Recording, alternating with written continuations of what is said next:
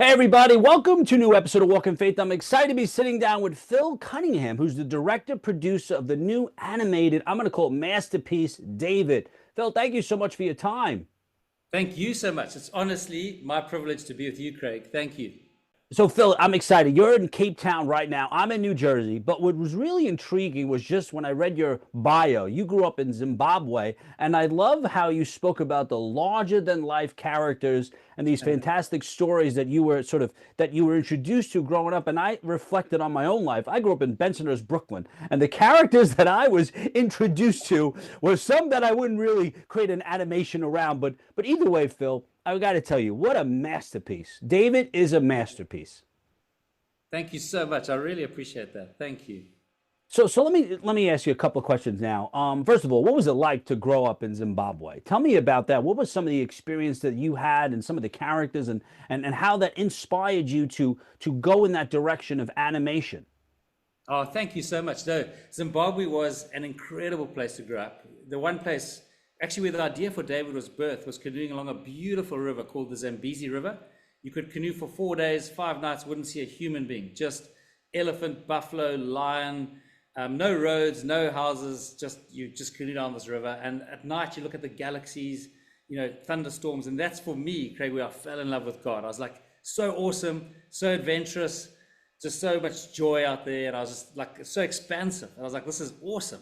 And at the same time, I was reading about David's story, and it says, I found in David, son of Jesse, a man after my own heart. And I was Mm. like, wow, we could tell a story about David. It'll give us a glimpse of God's heart. One cool story, I mean, you talk about larger than life characters. There were so many things just growing up in the wild like that. That was just amazing and just fueled your imagination. But like, for example, my one uncle, amazing guy, he had his one arm eaten off by a lion. So he had one arm, the other arm was eaten off by a lion. So when you grow up around this, and I was reading about David fighting lions and bears, I was like, I can relate. I'm seeing lions, and it's part of what we're doing. And so I think David's story just captured my imagination because it was kind of connected to what I was growing up in at that time. Yeah. I mean, when you said about uncles, missing an arm, growing up in Brooklyn, I have similar stories, but they definitely weren't lions that were attacking people. But when you mentioned too, you said how you built or you were connected to God. Tell me about that. What was the experience that brought you closer to your faith? Yeah, so I mean, my parents were incredible people of faith, but for me, connecting personally with God and falling in love with God happened out in the wild. Like one day, I mean, again, connecting it to a lion. I was watching, there was a mock charge of a lion coming across the Zambezi at me, and just watching the power of that animal as it came and its eyes. And I was just thinking about the Lion of Judah, like the power of God. He's the lion and the lamb. And I could feel the artist's fingerprints. If you look up at this, like I say, looking up at the stars and watching that river, you could feel the art. And that's for me where I just started to connect with God, was in nature. And I was reading, Eugene Peterson says about David, he grew up in being a shepherd in the wilderness and in the hills. And there, this God dominated imagination started to form for David.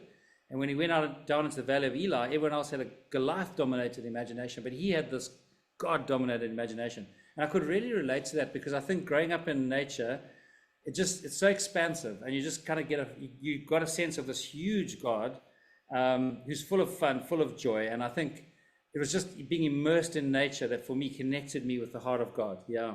If I that love answers your question. No, Yeah. it does. And I always recite that too, a man after God's own heart. That's something that I always think about too. When I do, when I have that transition, that's something I always think about. Will God say that about me? Right? Yeah. Yeah. But I mean, we've heard this David story. There are some people that obviously don't know it. If you could just talk a little bit about it, but when you were doing your research, and I mean, what really intrigued you about David, or what did you sort of see in your own life and your own like sort of adventure Yeah. that you felt connected you to David? So I think the biggest thing that connected me to David, and why I wanted to tell a story in his life, was the Psalms, because when you read the Psalms, you get a glimpse into David's heart. And what I saw there was an incredible person in the sense of when he was joyful, he expressed his joy. When he was fearful, he spoke out his fear. When he was anxious, when he was, why God? The one song in the movie you've seen, he shouts, why God? He doesn't sanitize his approach. David was far from perfect like all of us, and that's why we can relate to him. But he was fearless in that he trusted God's love. There's a beautiful scripture that says, in perfect love, there's no fear. And I think about David and how he so trusted in God's love, his father, that he had no fear in terms of the way he approached God. And he was very childlike. And I just love that about him. It's like, I think if we could tell a story about his life, it'll give people a sense of that. And then also, I love his bravery, like, who is this Philistine? He just, like, he immediately steps up, and he himself fought lions and bears. And you read the stories, how, like, the adventures he went on. I'm like, I love this guy, because he's willing to put himself out there and fail, but he's willing to put himself out there. And I just thought we need more of that, because we're so taught to live safely and conservatively and not take risks. And David's life just blows the lid off that. And it's like, get out there, live expansively, and make some mistakes. That's okay. No, But that's so interesting. You're right. It is that bravery, and we need that now. And I think a couple things. One is animation. It's especially this film. It's something that crosses boundaries, and you can connect and unite so many yeah, people, so many different demographics and faiths. I mean, it's just because it's a universal story. But you're right, we do need more of this bravery, especially what's going on in the world. I mean, not even locally. I mean, this is, in Africa, especially Nigeria. I mean, we need people to have that same faith and lack of fear and trust in God. And a lot of times what we do is we expect other people to come forward. We expect the yeah, David to come forward instead of God's calling us all to be yes, disciples and to live fearlessly. And that's what that story really taught me. One thing too, as I'm watching this, immediately, I mean, I don't know a lot about animations. I won't even pretend to, but as I'm watching the characters, the hair, yeah. there was something so unique about the hair. It had this lifelike quality. Tell me I'm about glad, that. I'm glad you noticed. No, I mean, so one thing, my huge passion, I'll come back to the hair, but I'll backtrack a little bit to talk about it. I was walking through Paris with my wife many years ago, looking up at the Arc de Triomphe, the scale of it, the attention to detail, and just thinking as filmmakers, if you look at office blocks and factories, you could churn money and just make films, make like buildings, or you can go make an Arc de Triomphe. But to make an Arc de Triomphe, I think it's that attention to detail. There's a beautiful book, Atomic Habits, which talks about the aggregation of marginal gains, like doing lots of little things adds up to an exponential result. And so as we set out on this, we did 4 trips to Israel. We like worked with the best archaeologists, we worked with the best rabbis in Israel. We connected with people who could really take us on the journey of getting into the detail. So when you watch the movie, every flower, every blade of grass, every rock, it's all thought through, it's all authentic, it's all genuinely connected to what would have been in David's time. And then to answer your question, I want to get to the hair because it sparks a massive thing. It's like, I was reading Michael Dell's biography where he says, always work with people smarter than yourself. And so on this movie, we wanted to work with the best of the best in the world. Our head of story was 20 years at Pixar. Our head of direction of photography was 20 years at DreamWorks. And this incredible magnetic pull into the movie.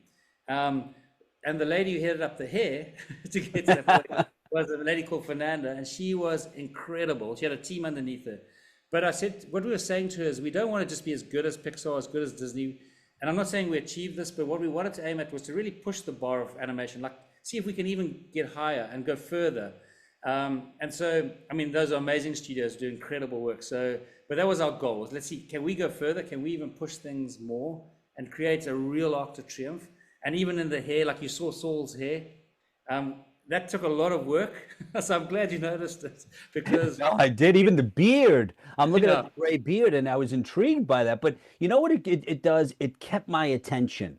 Because it's right, like anything else, right? You need to keep someone's or gauge attention another minute, another 2 minutes to get into the yeah, story. And it kept drawing me closer and closer to where I was really captivated by that. And then I just started staring at everyone. The only thing that was different was the lion's hair wasn't the same sort of texture as, King Saul, or that was a little bit different. I was curious about that. But the detail, like you said, even when there was, I mean, from Goliath to the Malachites, I mean, the level of detail. But you know what's interesting? I've seen a lot of David, even Sight and Sound's one of my favorite, the play of David. I don't know if you saw it, but they all interpret Goliath completely different. And yeah. why is that? And how did you, or why did you decide on this specific look or feel of Goliath? It's such a great question. And in the marketing, he's the one character we're holding back visually because we want the audience to be surprised by him. I mean, you've seen the movie, so you'll see it. But there's a few things about Goliath for us. We did our research, and there's a lot of varying opinions but I think the most consistent opinion was that he was 9 foot tall. Probably was the most consistent research. So he was huge. but it's an animation, so we also wanted to exaggerate that a little bit because animation, that's you can have some fun, you know. But not only did we want him to be big, I think we also wanted him to be intelligent and to because you know there's that saying in filmmaking, your hero is only as big as your villain. So the bigger you make your villain, you know, the stronger the odds are, the better the story. So we really wanted him to not just be a big brute, you wanted to feel that uncanny intelligence, and that's why we went. You'll see for a very also pale skin. His eyes are sharp, and the detail that went into him. Our production designer Linton is incredible. No one will ever see this, but on the shield he carries, there's the 5 cities. Well, they might see this. There's the 5 cities of Goth put all around his shield, and we know that they came from from Greece, the Philistines. So at the back of his shield is like a ship because they were master shipbuilders. So the back of that shield is like a ship, the ribbing of a ship, which we went into that much detail, but no one will ever see the back of his shield.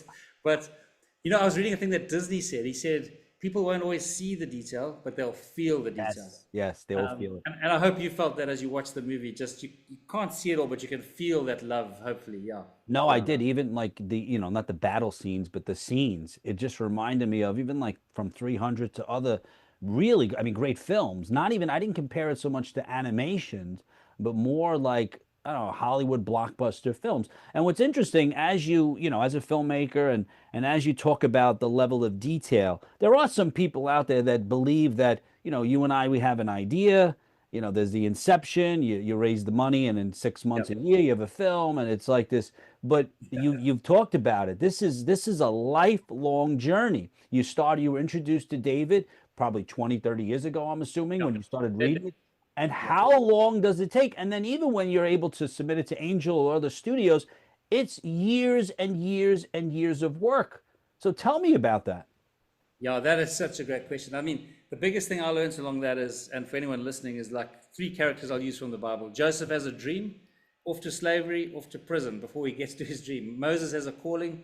God sends him to the desert for 40 years. David has an anointing, off to the wilderness for 7 years.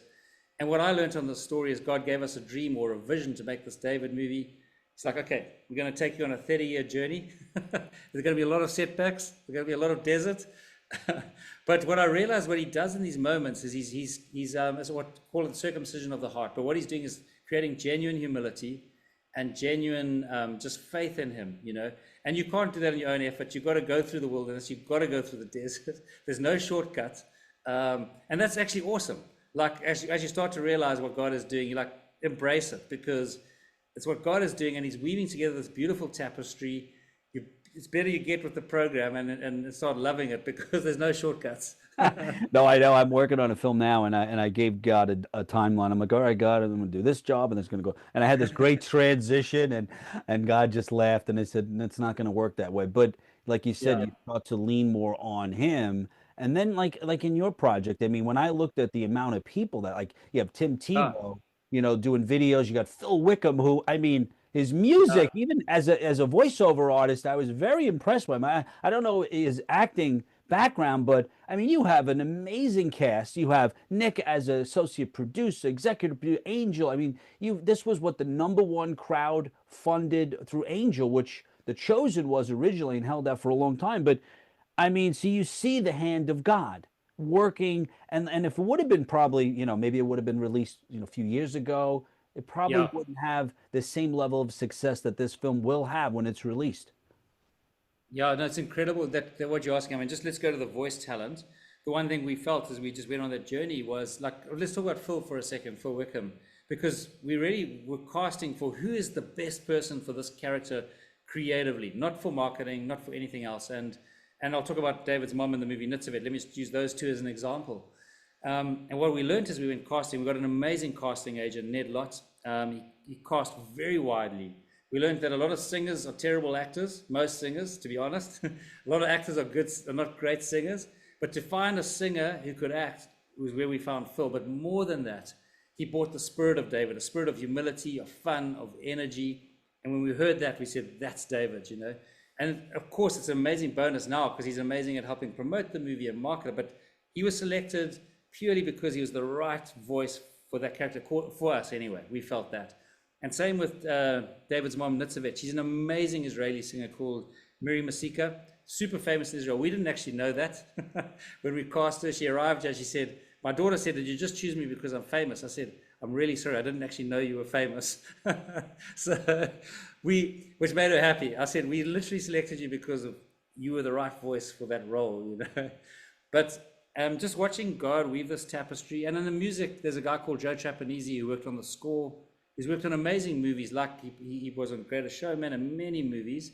Um, but just to watch this what I call it, as tapestry come together of all these different people. Um, I mean, it's so incredible. You cannot take the credit for it because just as we went, like they were just the best of the best. Worked with new talent, young talent as well, coming into the mix, and just and just so many. You know, along the way, I was just like astounded. Like it's almost like I'm just a participant in this journey. I'll say, if you like, I don't know if people like watching surfing, but I'll just use it as an analogy. God creates the waves, and we get the fun of surfing them, but we don't create the waves. You know, that momentum, that wave, I feel that's God moving, and all we've got to do is have the fun of surfing that wave. You know, and Right. figure out what waves God's creating. Don't try to create them. Just get with Him and surf His waves, because No, that's right. It's having, and that's something recently I'm reflecting on the control. I'm always trying to control the situation, right? And then I yeah, realize that it's the lack of trust because, if I truly trust in God and God's plan, then I should yeah. be able to take a step back, like you said, and just, okay, God, observe. I did everything I can possibly do. Now I have to just relinquish control. And one of the lines at the end, which I always like to reflect on certain things, and it's a simple line, but I would rather follow the light than choose to live in the dark, right? And I thought about that, and I think about a lot of the people. Let me say a lot, but it's true. A lot of people are living in the dark, right, for various reasons. But tell me, what is the benefit of following the light?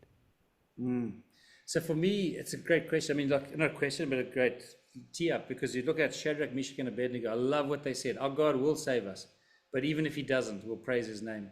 That kind of attitude. And I think there's another beautiful scripture. It says, if you lose your life for my sake, you'll find it.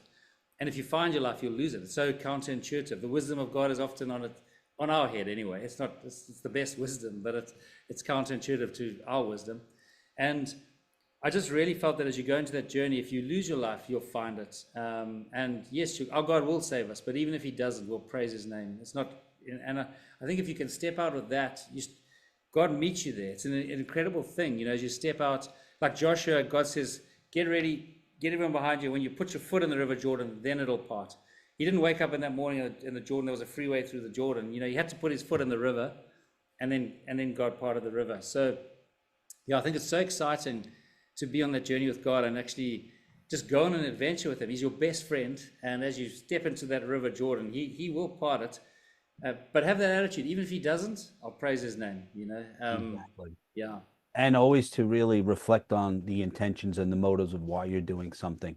yeah. Because when things don't always work out, you do have to take a look and peel it back and say, well, why am I doing this? Is it really to feed the flesh, to feed the spirit, to honor God, or to honor myself? So when will this film be released? Can you tell us?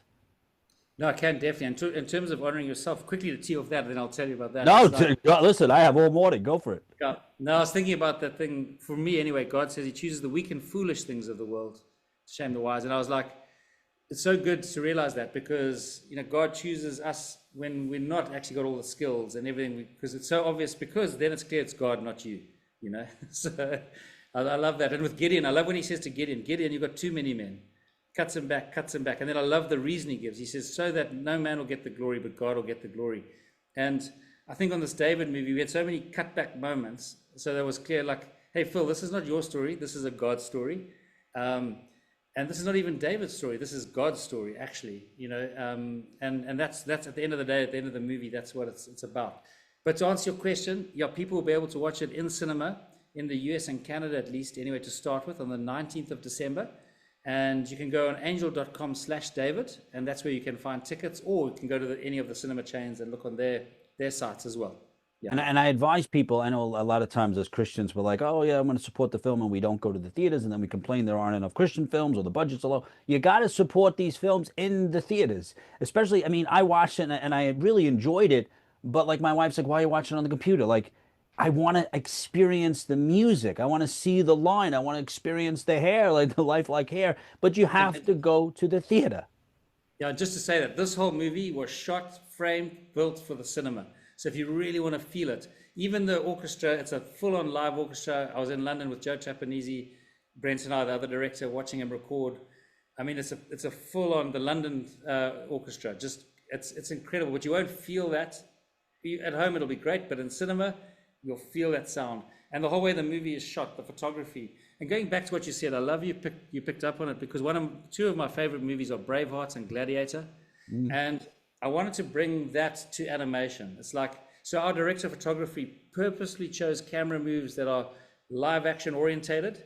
The weighting is live action. It's not smash and zoom like other animations. It's classical, it's live action. And I wanted the world to feel classic and like Braveheart, like Gladiator, which is quite different in animation. But again, you'll feel that in cinema. Yeah, if you can get to cinema, I think it's the best way to experience the David movie. Yeah. No, I agree. And you've created something that is, like you said, it could be compared or will be compared to Gladiator 300. I love any of these really Hollywood high-end films opposed to just, I mean, this is just, it's a masterpiece. It really is. Phil, you did an amazing job. God bless you. Thank you. Thank you so much. Guys, I hope you enjoyed today's episode of Walk in Faith. Always remember, you have the ability to inspire and evangelize. Hey, everybody.